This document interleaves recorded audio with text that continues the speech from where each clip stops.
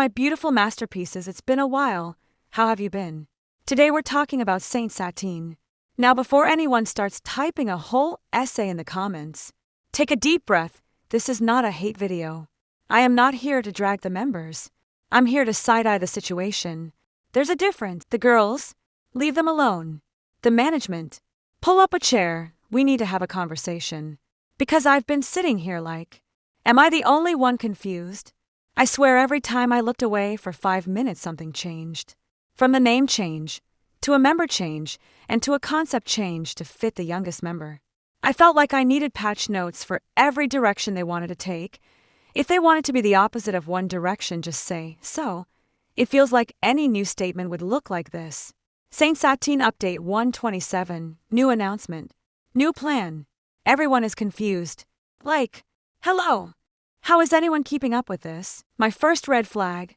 So let's rewind. The very first thing that made me go, was the name change. Now don't get me wrong. Changing a name isn't illegal.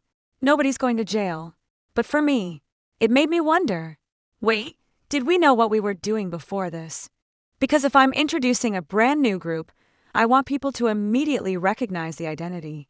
Instead, I was sitting there like, okay, are we cooking? Or are we still grocery shopping? I know some people will think, Artie, it's just a name. Don't overthink this, you silly goose. But for me, it wasn't. To me, it felt like the company didn't fully know what direction they wanted to take.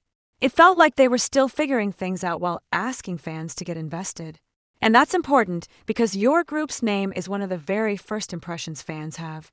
It's your brand, your identity, the thing people are going to remember you by. So when that changes before the group has even really established itself, it naturally makes people wonder what happened behind the scenes.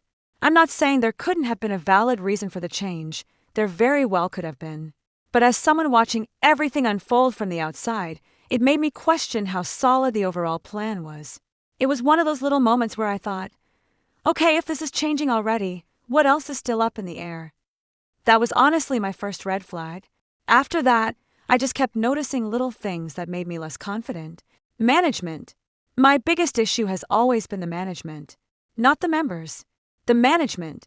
Every time there was news, I wasn't excited. I was confused. I felt like I accidentally skipped 3 episodes of a TV show like it's giving me trying to understand Love Island. Like, do you not realize how confusing that is? Who's making these decisions? Because from the outside, everything just felt messy. Like someone was trying to assemble IKEA furniture without the instructions. Could it still become a chair? Maybe. But why are there 6 extra screws on the floor? And why is your ex still texting like you haven't already broken up with you? Also, why didn't the company even try to de-escalate the situation with Samara? Like, did you want people to think that Cat's Eye's sister/competitor group member hated on the Indians when Lara Raj is a Tamil/Desi member of Cat's Eye? Like, why did I need my friend to do that research before I even knew what the truth was? Hi, what are you doing? The age gap. Another thing that made me pause was the age gap. Now listen, I'm not saying groups can't have age gaps. Plenty of groups do. But personally, I think management has to be extra careful when younger members and adult members are all debuting together. Hence why they had the concept changed from mature to cute. There are different stages in life, different maturity levels, different experiences. That doesn't mean they can't work well together. It just means the company has an even bigger responsibility to protect everybody and create a healthy environment. But I got to be honest with you, they didn't do well with Garam, so why do you expect me to trust it when it comes to Sakura? She is a 15-year-old girl who is getting hate just because she needs more training and she isn't perfect off the bat. Like seriously, just because you preferred someone else to be in the group other than her doesn't mean you have the right to trash on someone else just because they were picked. That's all I'm saying. So don't put words in my mouth, Karen G. Lexie leaving, and then Lexie left. That genuinely surprised me. If you've followed her journey, you'll know she had already stepped away from Dream Academy before later returning for what became Saint Satine. Then, before debut, she and the company announced they had mutually decided to part ways because they had different ways of operating. When I saw that, I honestly just felt sad. Leaving before debut can't be an easy decision. Whether you're the company or the artist, that's a huge moment. I wasn't sitting there thinking, who's the villain? I was thinking, Something clearly wasn't working. And that's unfortunate. I just hope whatever Lexie does next makes her the happiest because I know that she has the potential and she was loved in the show and in the group. So I can't wait to see what goes on in her future. I only wish the best of luck for her. I actually feel bad. And that's why I don't like when people immediately blame the members. Imagine training for a while, working so hard, finally getting close to your dream. And then all this happens. That's rough. They're human beings before they're idols. My overall thoughts, I think Saint Satine has talented members, or they have the potential to do really great. I've never questioned that. My concern has always been, does management actually have a solid plan? Because talent can only take you so far.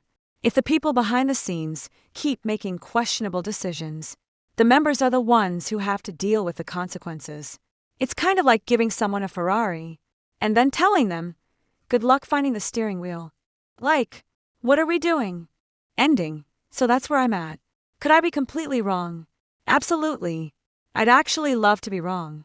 Nothing would make me happier than coming back 6 months from now and saying, Artie, you were stressing for no reason. Please. I'd happily take that L. Because at the end of the day, I want the members to succeed. My criticism isn't aimed at them. It's aimed at the decisions happening around them. But that's just me. What do you guys think? Please keep it respectful in the comments. We're here for discussion, not WWE SmackDown. Outro anyway. Thank you guys so much for watching. Don't forget to like, subscribe, drink some water, touch some grass if you've been arguing on Twitter for 6 hours, and I'll see you guys in the next video.